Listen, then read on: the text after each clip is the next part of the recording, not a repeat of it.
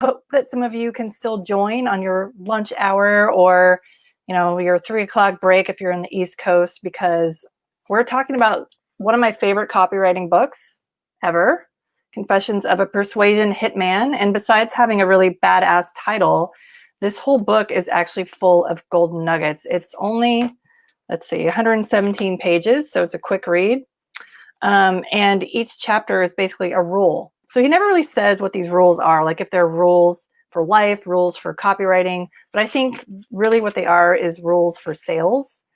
So just some things to keep in mind. And I'll tell you that every single one of these rules is actionable. I've found for myself that, after reading one of his rules and making an attempt to incorporate the lesson in my copywriting, I see a great improvement in my copy. And so, like I said, I don't have a lot of copywriting mentors. I haven't read all the copywriting books and taken all the courses, but, I've found Ian Stanley and what he teaches really resonates with me. So I've kind of gone all in on his stuff. Like I've bought every low ticket offer pretty much he's put out there. He has like Email of the Month Club. I bought some of his email templates. I bought his meditations. I just bought the thing I posted about in the group earlier, which is he's going to share how his journey to making 50 sales a day in 50 days. So he's selling a $50 product. It's called the Exponential Income Roadmap, which incidentally I also bought because in addition to, being a badass copywriter who makes like 100K a month, no joke, he also teaches a lot about kind of like handling your business. And these lessons don't apply to only copywriters. They really apply to anybody because he teaches things like, really it goes back to the value ladder of like, how can I make the most money out of my business? How can I structure things so one thing leads to the next?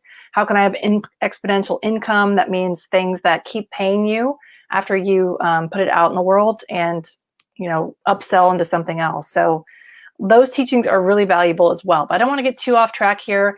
So in my last training last week, I went over the first 7 rules in this book, and I'm going to go over the last 8. No, there's 13 rules total. So the last 6.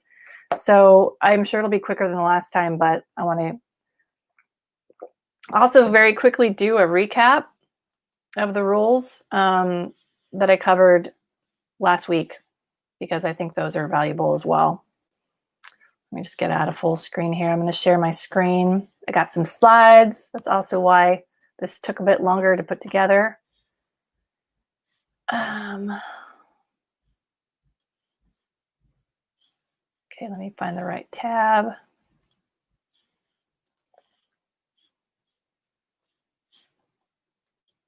Okay, that's the wrong tab, sorry. If you're watching, drop me a live hashtag or something so I know you're here, because we did start late. So sorry about that to anyone who was waiting. Not what I want to have happen. Okay, so I intend to do a series of these books because although, like I said, I haven't read a ton of copywriting books, I want to change that. Because even though I think the best way to learn is to jump in and do it, I think we can, of course, still learn from the masters. And the quickest way to become a master yourself is to study from the masters. So I'm, of course, starting with people that I already resonate with, Ian Stanley being the main one. So I'm starting with his book, which has a pretty arresting title and photo on the front. He kind of looks like he's about to kill somebody, but it's Confessions of a Persuasion Hitman. And he has a Facebook group called the Persuasion Hit Squad. He was trying to think of what to name the group, and I suggested Persuasion Mafia, which I still think is awesome, but Persuasion Hit Squad's pretty good too. So quick recap of who he is. He's a professional copywriter. He kind of got started early, like just out of college. He's sold over 100 million of products and services. He's considered to be one of the best copywriters in the world because he regularly makes 80K to 100K a month. But more importantly than that, his sales copy actually works. He gets results. So he does big copy projects for big clients. He says, in the book and elsewhere, that he doesn't usually take on a copy project for less than 25K. And he usually earns a bonus on top of that of up to 80K. So the guy really has his business dialed. So I'm not going to go over all of this. So just quick recap. Rule number 1 was set clear boundaries. I think a lot of us are kind of familiar with that when it comes to working with clients. So you're right away, deciding what you will and won't do for a sale. Rule number 2 is get the highest average order value on every purchase. I think anyone who's been through the One Funnel Away Challenge already knows this. This is why we do upsells and one-time offers and things like that. Rule number, oops, that's in there twice. Rule number 3, where is this? Sorry. Oh, I apologize. That slide is not correct. So rule number 3 was, but I know the information on this slide is correct. Let me just find that real quick. Rule number 3 is time and money are not related. Here we go. I had just gotten the numbers wrong. Sorry. I'm going to fix this real quick. I don't want you guys to have the wrong information. Okay, so rule number 3, time and money are not related. As adults, we tend to forget that it took us a while to learn things as children, and we need to be patient when you're learning a new skill and not expect ourselves to excel immediately. Rule number 4, I had 2 slides on this, so you guys can always go back and watch my first presentation. Rule number 4 is you're not charging enough. Like, I have to admit, this one really stands out for me because I know that I don't charge enough. I've started to change that. But basically, his approach is you got to make sure your payment is not based on time commitment. Stop trading dollars for hours. Charge a flat rate for your project fee. Work in bonuses if you can. Don't charge an hourly rate, especially for copywriting, because you're just not going to be able to estimate it very well. So, and one way to do this is to ask your clients, do you care how much work I put in, or do you care that I win? Checking my screen. If anyone's here, say hi. Okay, rule number 5 was you're always selling a feeling. So your primary goal with writing copy or doing sales is to build desire in someone. So a lot of people talk about a sales method called results in advance, which is the idea that you create results for your prospects before they buy. Ian actually disagrees with this. He says you should focus instead on feelings in advance because people don't actually buy results. They buy the feeling that result or product provides. So focus on provoking the 8 core emotions in your copy, which are joy, fear, passion, love, anger, pain, shame, and guilt. All right, we're ripping along. Rule number 6 is do the math. So the attention is the first step in any sales process. If you don't have your attention, it doesn't matter how good your pitch is. Then he goes through these 3 steps of how to get their attention. So, you can qualify people right off the bat by only talking to people who are not happy with their current product. Step number 2 is you want to find out about them, like get to know your prospect. And step number 3, make them a custom offer. Step number 4 is do the math. So logically lay out the math of why they should buy. So for example, I might tell one of my prospects, if you don't get someone to professionally write your copy and make sure that it is copy that converts at the beginning of launching your new offer, you're going to leave a lot of money on the table or just not make sales. So, you kind of walk them through, hey, if you hit your goal of making 30 sales on your $500 product, that's worth $15,000 to you. So is it worth it to you now to pay me $2,000 to write your funnel copy? So do the math. Rule number 7 is combine short-term cash flow with long-term recurring revenue. So this is what catching us up to where we were last week. I went over this point last week, but I didn't have a slide for it. So lucky you guys, now there's a slide. I hope some people can join. So one of the quickest ways to do this, if you have an email list, and you should, is to figure out how much you earn per email subscriber. So the average right now that people tend to earn is $1 per month per subscriber on your list. I think we've all heard Russell Brunson talk about this. This is why he talks about publishing daily, whether that's to your email list or somewhere else. Maybe you're going on Facebook Live every day in your group, and that's, adding people to your email list because they give their email list when they sign up for your group. So Ian says that his average now is that he makes $11 to $22 per subscriber every month. And he acknowledges that that is not the norm. That is not normal at all. He has 6,000 subscribers now, and this nets him $70K to $130K a month. So he's not joking when he says that you could make a lot of money from your list. But he wants to stress that even though his results are not normal, if you can get the amount you make per subscriber up to just $2, so doubling it, you're doing double the average, and that's still a good result. So if I have and I do have about 850 people on my list, so realistically, I could be making $1,600 a month from my list. Am I? No, because I'm not very consistent with emailing my list. So, one of my goals definitely for this year is to change that. So he attributes this success that he's found with his list to the fact that he focuses on the long game with his list, but he understands the importance of short-term cash flow. So what that looks like is, he makes a lot of short-term offers. I'm on his list. He does make offers often. Most of them are low ticket, but once in a while he'll work in something for one of his higher ticket offers. So he has like a monthly subscription that I'm actually in called the Unit. In this unit, in this subscription, you get access to Ian on a monthly basis. So direct access, I get to join a call, and he will critique any copy that you send in. And then he also does like a bonus training every month, and usually does even more than that. Plus you get a newsletter that he actually mails to you, like pen and paper newsletter. It's great. And that costs $250 a month. Like that's a, fairly good chunk of change for just to have access to Ian on a monthly basis. But because, I've improved my copy every time I join a call with him and learn something new, like it's highly valuable to me. So it's more valuable than the $250 I pay a month. So he says the primary reason for doing this, which is focusing on the short-term cash flow as well as long-term recurring revenue, is because you can scale your traffic. So he says if you can acquire traffic at break even on day 0 or even day 14 or day 30, you can scale in a real and profitable way. So, he basically goes into talking about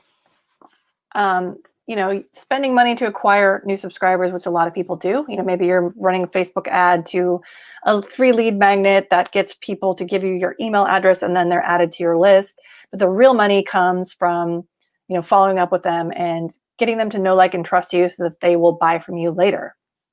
So if you can keep upping the returns you get on that money you're spending on your list, like driving ads to it, you're going to continuously see a lift in your revenue. So for example, like you might start getting 2,000 new subscribers today, but what if you could spend $2 per new subscriber? So then suddenly you're getting 5,000 new subscribers a day. You've only doubled your revenue per subscriber, but now you're acquiring 5 times the amount of subscribers, if that makes sense. So because that number goes up exponentially, you'll make more and more money because you just have more people. So he says the reason this happens is because of something he calls the traffic cliff. So it's the magical place you arrive at when you can outspend your competitors. It's the exponential growth curve. So if everyone else is only spending $2 per subscriber, but you can spend $250, you're not going to get 25% more subscribers than them. You'll actually get 2x or 5x the subscribers because you've just hit the cliff where they can't spend any more money, but you can, meaning your competitors can't spend more money. So combine the short term with the long term. That's the lesson here.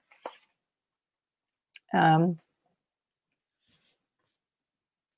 reason for this too is you're building a relationship, with your people on your list, and you're developing the know, like, trust factor. I think all of us that have Facebook groups have heard that a lot.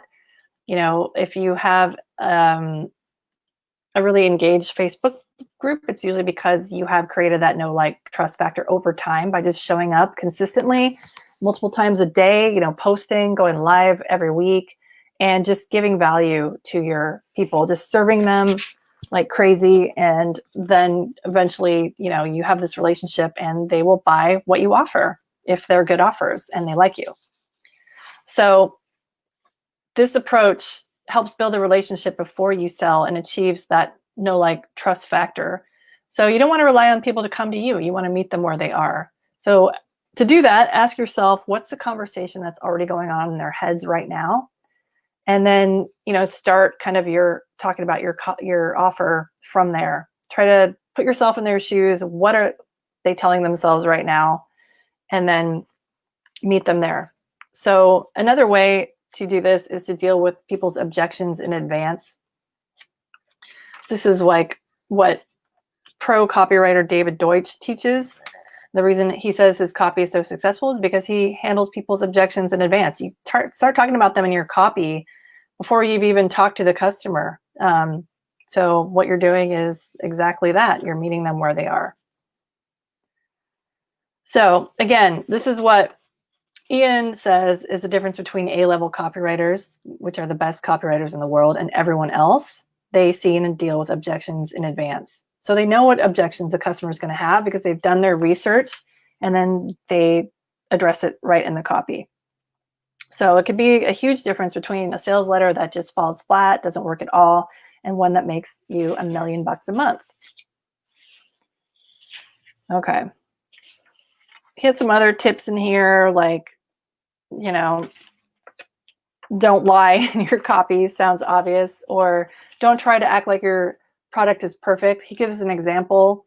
One of the best ads he's seen is for the Special Forces hiking boot. And they point out one of the flaws directly in the copy. They say, proudly not waterproof.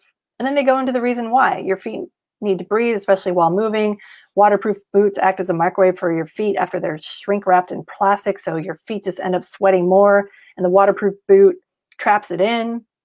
Then you get blisters, and it's horrible. So, they say that actually waterproof boots are a bad thing. One thing that goes along with this lesson is don't sell anything you don't believe in yourself, and don't try to sell things to people who don't need it. So his point here is that short-term profit is never worth a long-term loss, because also if you make money in a way that you don't feel good about, you'll end up wasting the money anyways because you won't feel like you deserve it. So that's the lesson here. It kind of goes back to intention being an amplifier, and the intentions are the difference between someone who makes a living and someone who makes a fortune. All right, just checking comments real quick. Gonna rip through the rest of these rules. Rule number 8 of good copy is the first line is most important. This is where we talk about the hook, where you're literally hooking somebody with that first line. If you're not able to grab their attention with the first line, they're probably not going to read the second line or the third line, and so on. So he says that changing one line, just one line in your copy, can make all the difference for your sales. So, and usually that's the first line. So he gives an example. He has a client who's been making it rain online since he was in high school. And Ian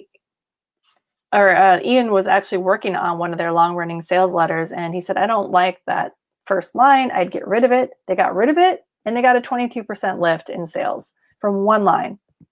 So once he discovered that, he started working really hard on that first line and making sure it resonates. So one thing he points out, and I have to agree that I've seen this a lot, is that, no, sorry, I didn't go to the next slide, that people tend to think their first line should be introducing themselves. Like, they say something like, hi, my name's Mike, and I've been a certified nutrition specialist and certified personal trainer for 15 years. People don't care yet. They don't know who you are, but they don't care because what they really want to know, first of all, is if you can help them. So don't ever start off talking about yourself or your company. Talk about the result that you can get people or the pain you're going to solve. So he threw out that line, and he used a new lead line, which was, have you ever heard of your personal fat threshold? Now that's something that definitely is going to invoke curiosity, because people who struggle with weight loss are going to be like, personal fat threshold? What the heck is that? I've never heard of it. And then he says, you probably haven't heard of it. It's not something your doctor will tell you about, because most doctors don't even know what it is. That's a great hook. People are going to be curious about what this thing is, and more importantly, what your product can do for them. So changing that first line is like the easiest way to get to know your customers, because in order to write that good first line, you're going to have to know, what that conversation is going on in their heads, where they're at right now, and how you can help them. So changing this line will do two things for you. Number one, it helps people get off the fence. And number two, it lets you get to know the objections of your personal customers before you get too far into, your sales copy. So address that first, and you're going to find that you do a lot more sales. So his advice, to kind of figure out how to, what this line should be, is to have a one-on-one conversation with a potential customer to find out their pain points, desires, and objections. Then you're going to use their own words, their exact language in your actual sales copy. And then he shares some advice from copywriting legend John Carlton, who wrote a book called, I totally went and bought this book after I saw this. It's called Kick-Ass Copywriting Secrets of a Marketing Rebel. So Ian highly recommends him. So if my mentor is recommending a copywriter, you can bet I'm going to check it out. And he refers to people as a salesman in print. So his advice was to record your sales call and then transcribe it later. Then all you have to do is add in some transitions, make the copy flow, and boom, you have a sales letter. So the main takeaway from this is open with something that is dripping with curiosity. Make sure your first line provokes curiosity and gets them thinking. So his advice is that if you get stuck on writing your first line, ask yourself this: does this first line make it almost impossible for someone to leave the page? If the answer is no, rework it. So you might go back and look at all your funnels or sales letters and ask if that first line makes it impossible to leave, if it hooks people legitimately. And you might find that the answer is no, so you can go rework it. Okay. Rule number 8 is related to this. It's use the same language your prospects use. So his number one piece of advice for doing this is to get on the phone. Now, I know that's scary for a lot of us. We don't really like to, get on the phone. We're used to being online. But the thing is, the more research you do, the more sales you're going to make. So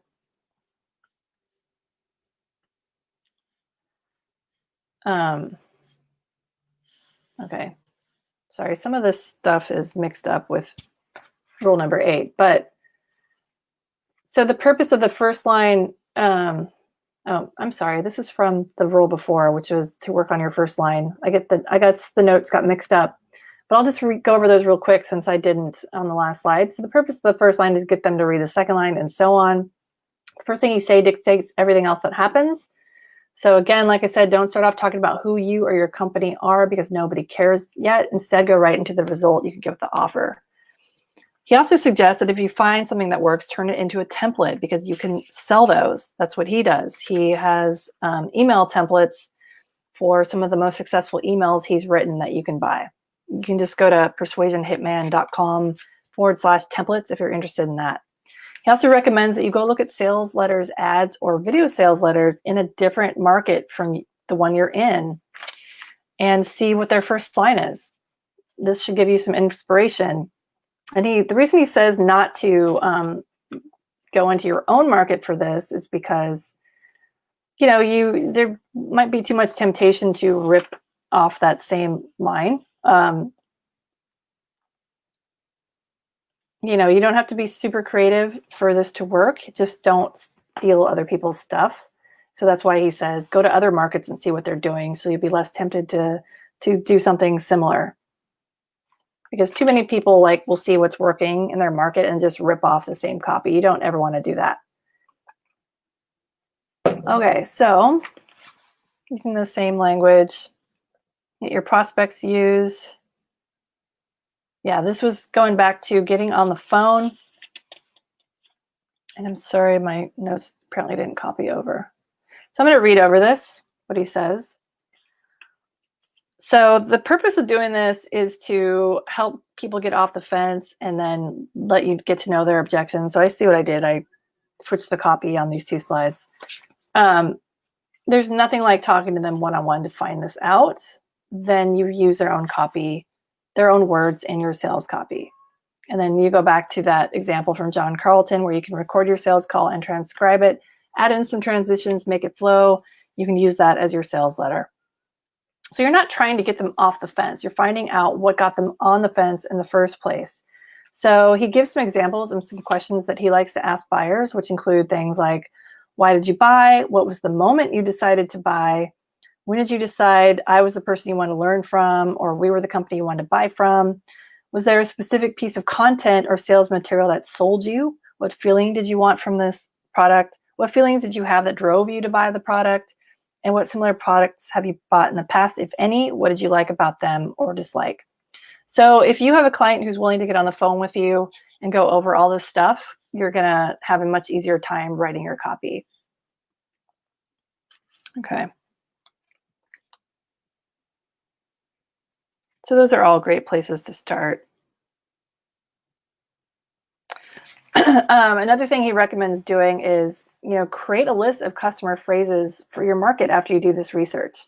And I can tell you too, as a copywriter, that doing customer research is so important. And it's not just to know who you're talking to, like their demographics, if they're a man or woman, what age group they're in, all that stuff, where they live, what they do for a living, but to do exactly what he's telling you to do and see what language they use. One suggestion that I've heard before that, personally, I don't think I do enough is like, go to somewhere like Reddit, where all people do all day is just, talk in this forum style, and you can see what people are saying about pretty much any topic out there. Go through that, write down some of the phrases, and then you'll have like a powerful list. And to take that a step deeper, you can create a list of emotional trigger phrases, and that can create, a big difference in your copy. So another thing he suggests other than Reddit is go read a bunch of Amazon reviews for your product, if it's a physical product or if there's something similar on Amazon, and see what people are saying. You can also send surveys to your customers or email lists, read Facebook comments on threads about your topic, just go to where your prospects hang out, whether that's online or offline. I think we've all heard that before. So the more research you'll do, the more sales you're going to make. Okay, so the next rule is identify your click moment. So a lot of success is random and out of our control, he says. But his point is that we can use that randomness to our advantage by exposing ourselves to a lot of different stimuli and situations. So he gives this example, a real life example, which is the guy, Howard Schultz, who created Starbucks, who started the whole franchise. And it came out of a trip he took to Milan, where he went there for a conference. And basically he was so enamored by the espresso bars that he skipped the entire conference. Now, he already had started Starbucks. Excuse me. But all they were really selling was bags of coffee and then high-end coffee supplies.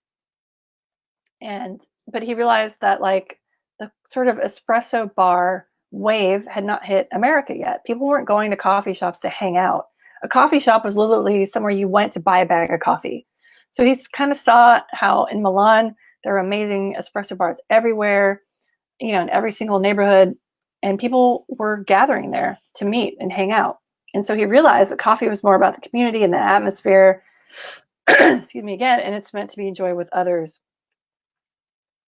So that was his big idea, AKA his click moment, and it built a monster of a business.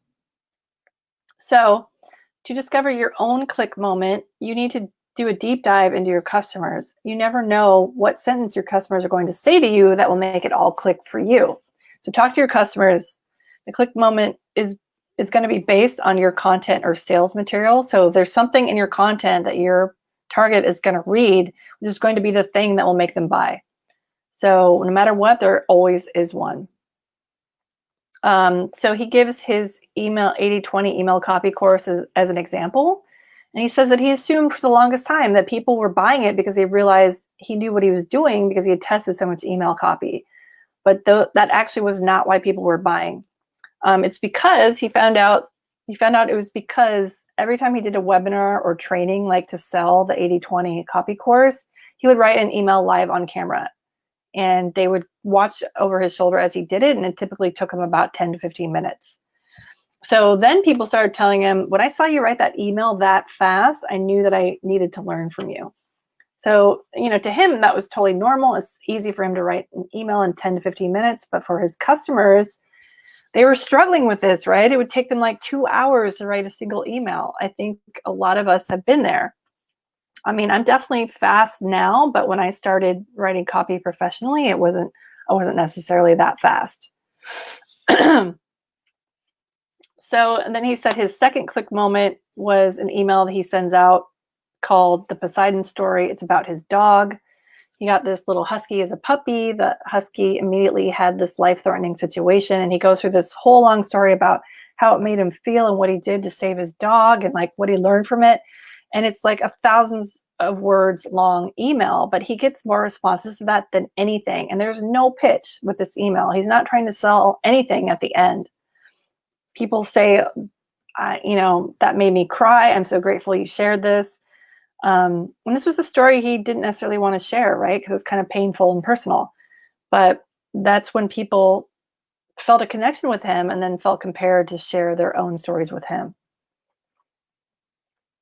So discovering what, is in your content or sales material that makes a connection like that is an absolute game changer. And you've struck gold when people are responding to you to share their own stories back with you because you've created that connection and you've created a bridge. It's pretty great stuff. So the golden nugget from all this is that you should reach out to your current customers and ask at what moment they decide to buy or what piece of content brought them into your world, because those are your click moments. Just want to make sure I'm actually showing up in my group because I don't see it on my phone, which could explain why. No, I should be live. Well, if anyone has seen this, let me know. I'm not seeing it in my group for some reason. No, it says I'm live. Okay. If anyone's seeing this, let me know that you're seeing it, because otherwise I don't know where this is showing up. Let me just check online once again. Especially since I don't think, because I pushed the time back, that many people got the notification that I'm live right now. So let's see what's going on.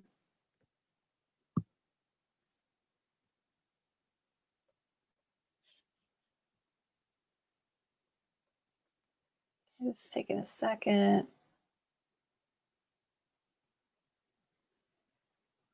Okay, this is so strange. I don't see the live anywhere. Well, that would explain why nobody's here. Okay, here it is. I am live. For some reason, it's at the bottom of the, it's at the bottom. Okay.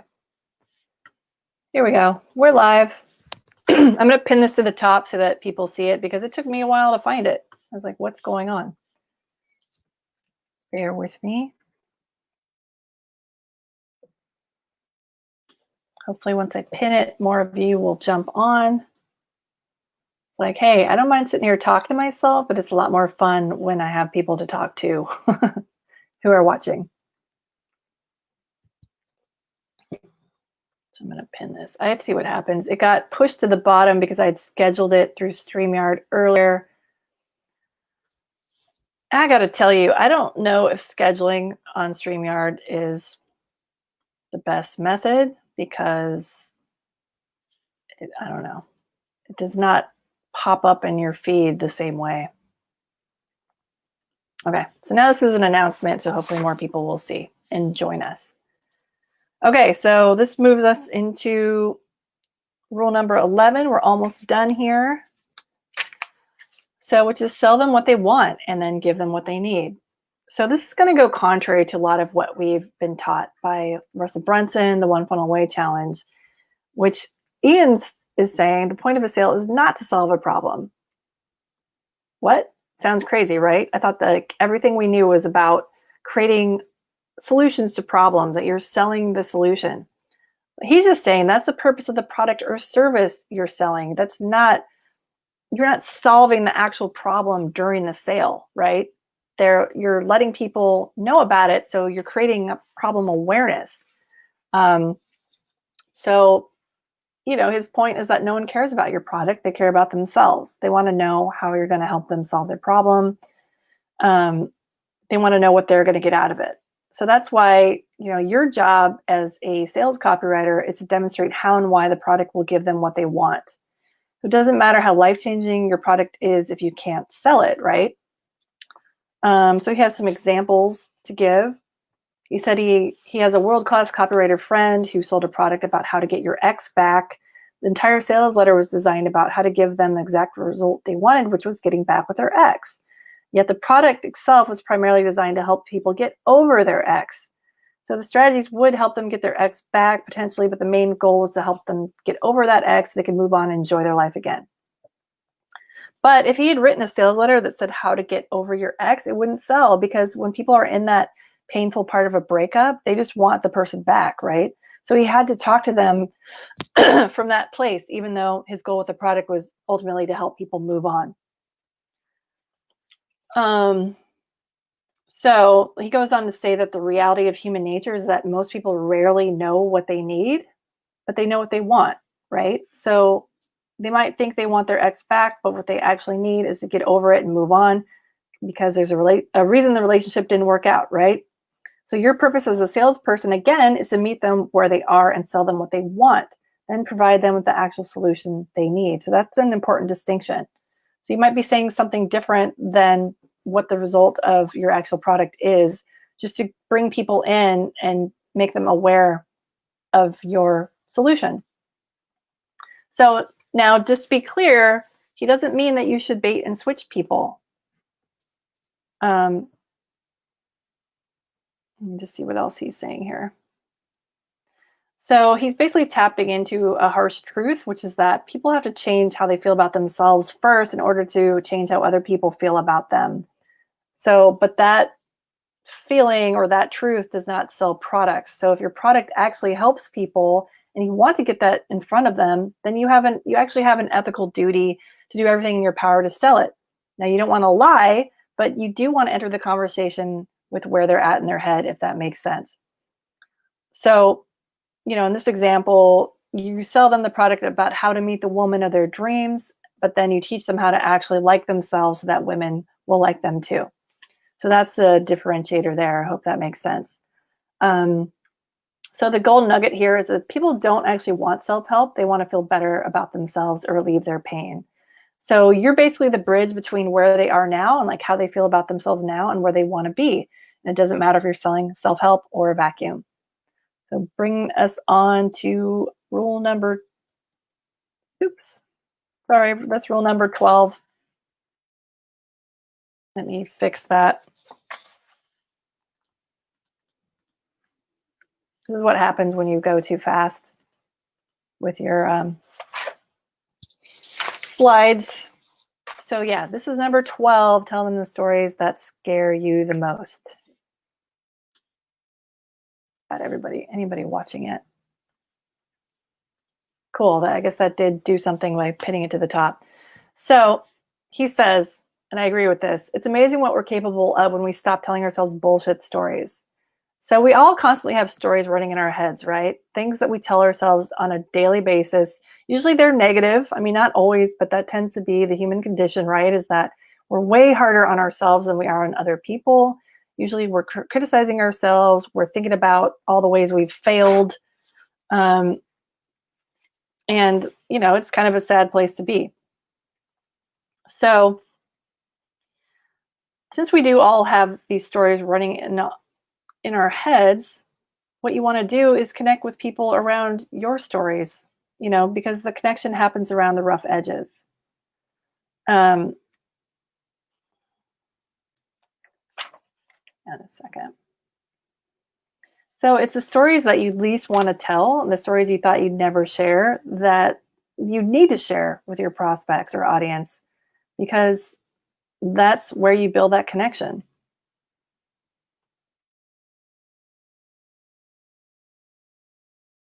Okay.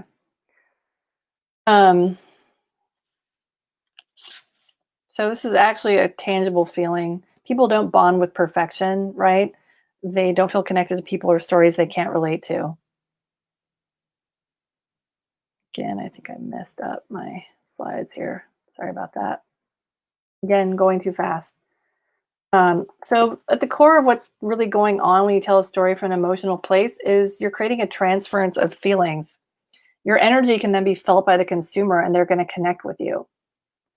So, it's kind of like when you walk into a room and the hair on the back of your neck stands up, or you meet somebody and they just make you smile immediately because you like their energy. There's a transfer of energy happening and you're feeling some degree of what that person is feeling. So this doesn't matter if it's the written word, of video or phone call or in person, your energy is going to be transferred to the consumer of the story on some level.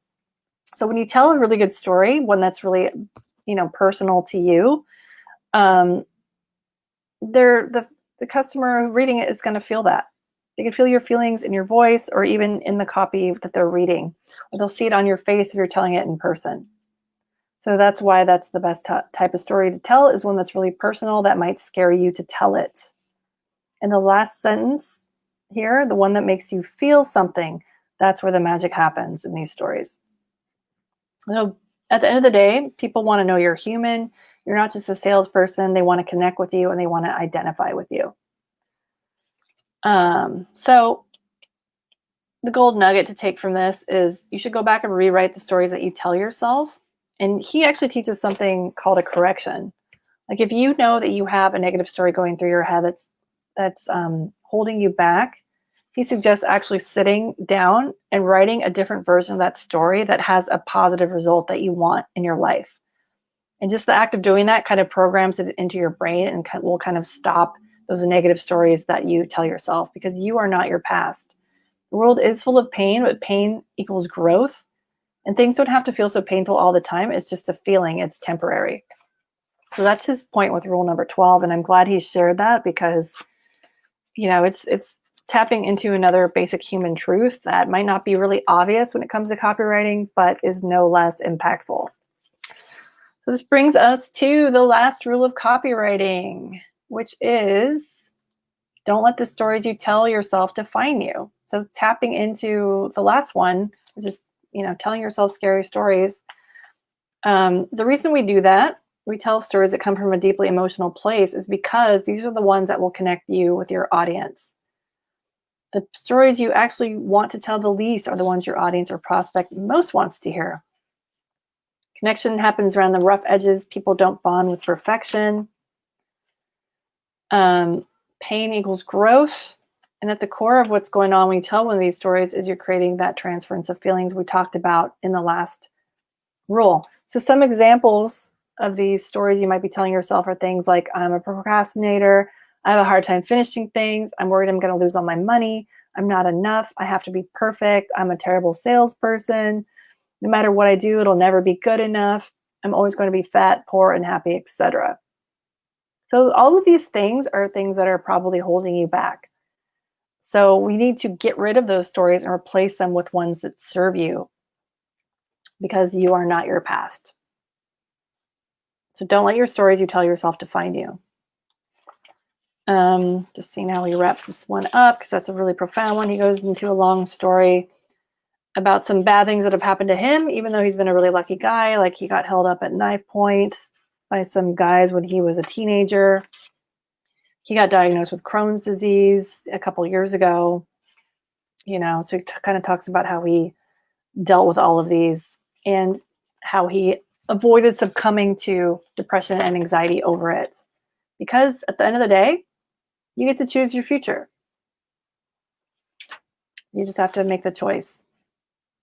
We got to let go of those negative stories, because those are going to hold us back, not only in our copy, it's going to hold us back from connecting with our audience, and it's only going to hold us back from selling. So the golden nugget to take away from that is that the core of being human is a deep need to be understood at a deeper level. We all want to be witnessed and approved of. So one story can be worth millions. Find your story and share it. Boom. So I'm going to leave you with that empowering thought. I hope this was helpful. I'm sorry I didn't do an amazing job with my slides and the technical difficulties and everything, but I really did want to share this book with you because it's been pretty impactful for me. And I think we can learn a lot from, understanding other people's processes that they use to write highly successful copy. Especially people like Ian Stanley who have sold $100 million worth of product. If he has rules that he's telling me to use in my copy, I'm going to pay attention. So your homework is to work on these rules and see if you can, work any of them into your own copy. Let me know if you do. And I highly recommend getting a copy of this book. You only pay for shipping, which is like $5. I'm going to leave my link below so you can grab it. I hope you guys watched this replay. Drop a hashtag replay if you do. And sorry for starting late. Had technical issues. And next week, on my live training, I'm going to go back to more kind of practical teaching, less review style. I'm going to talk about launch copy. So how to get ready for a launch, what your messaging should look like, and we'll dig into that. So that should be some really practical advice that you can take action on. And I hope to see you guys there. Thanks for watching.